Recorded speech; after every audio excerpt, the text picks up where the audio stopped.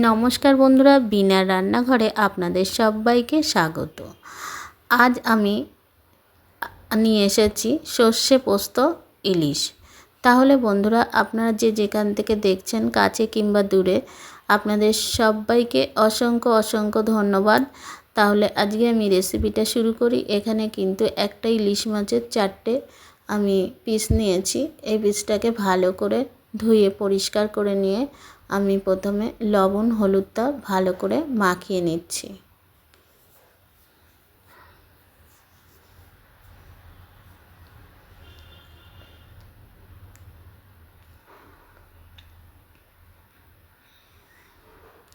লবণ হলুদটা মাখানো হয়ে গেছে। এবার আমি এখানে নিয়েছি সাদা সর্ষে 1 চামচ, 3টে কাঁচা লঙ্কা আর 1 চামচ পোস্ত। বন্ধুরা, এবার শিল নোড়াতে আমি বেটে নিচ্ছি। দেখুন, আপনারা যদি এখানে লঙ্কাটা বেশি খান তাহলে বাড়িয়ে কিংবা কমিয়ে দিতে পারেন। আমরা এখানে 3টে লঙ্কা দিয়েছি, যার জন্য আমি খুব একটা লঙ্কা খাই না, ঝাল আমাদের বাচ্চারাও খায় না, ওই জন্য আমি 3খানা লঙ্কা দিলাম আর দিয়েছি 1 চামচ পোস্ত। এবার শিল নোড়াতে ভালো করে আমি পেস্ট করে নেব। বন্ধুরা, এখানে কিন্তু আপনারা মিক্সচার মেশিনেও পেস্ট করতে পারেন, কিন্তু অল্প জিনিস মেশিনে পেস্টটা ভালো হয় না, তার জন্য আমি এই শিল নোড়াতেই বেটে নিলাম। এবার দেখুন বাটাটা হয়ে গেছে। এবার আমি একটা বাটির মধ্যে তুলে নিচ্ছি।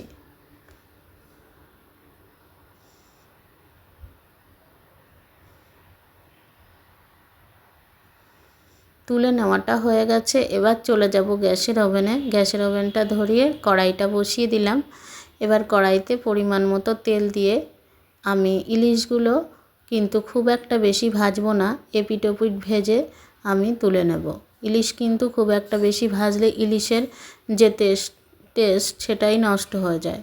দেখুন বন্ধুরা, এবার আমি ইলিশগুলো আস্তে আস্তে দিয়ে দিচ্ছি। আর ইলিশ ভাজতে ভাজতে তোমাদের সাথে একটা গান শেয়ার করছি। বাংলা আমার সরষে ইলিশ চিংড়ি কচিলাও, বাংলা পার্শে মাছকে ধুয়ে জিরের বাটায় দাও। বাংলা আমার সরষে ইলিশ চিংড়ি কচিলাও, বাংলা পার্শে মাছকে ধুয়ে জিরের বাটায় দাও। বাংলা ভুলি কি করে বাংলা বুকের ভিতরে, বাংলা ভুলি কি করে বাংলা বুকের ভিতরে। বাংলা আমার সরষে ইলিশ চিংড়ি কচিলাও, বাংলা পার্শে মাছকে ধুয়ে জিরের বাটায় দাও। বাংলা ভুলি কি করে বাংলা বুকের ভিতরে। বাংলা কাতলা মাছের মোড়ই মুগের ভাজার ডাল, বাংলা পাবদা মাছ চেরা কাঁচা লঙ্কা ঝাল।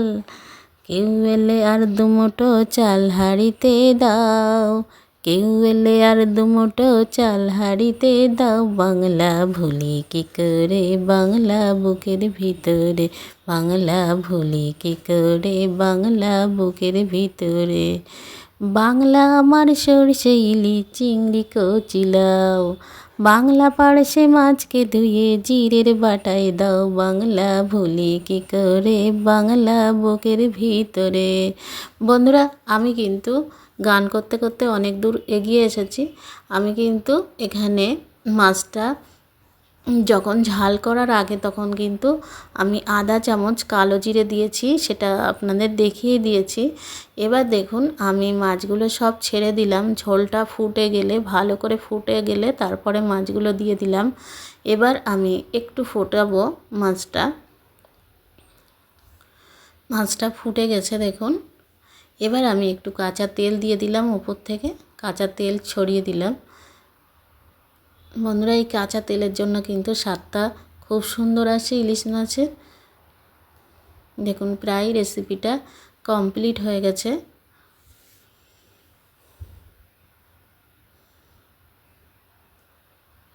বন্ধুরা, এবার আমি একটা প্লেটে তুলে দেখাবো কত সুন্দর হয়েছে এই রেসিপিটা।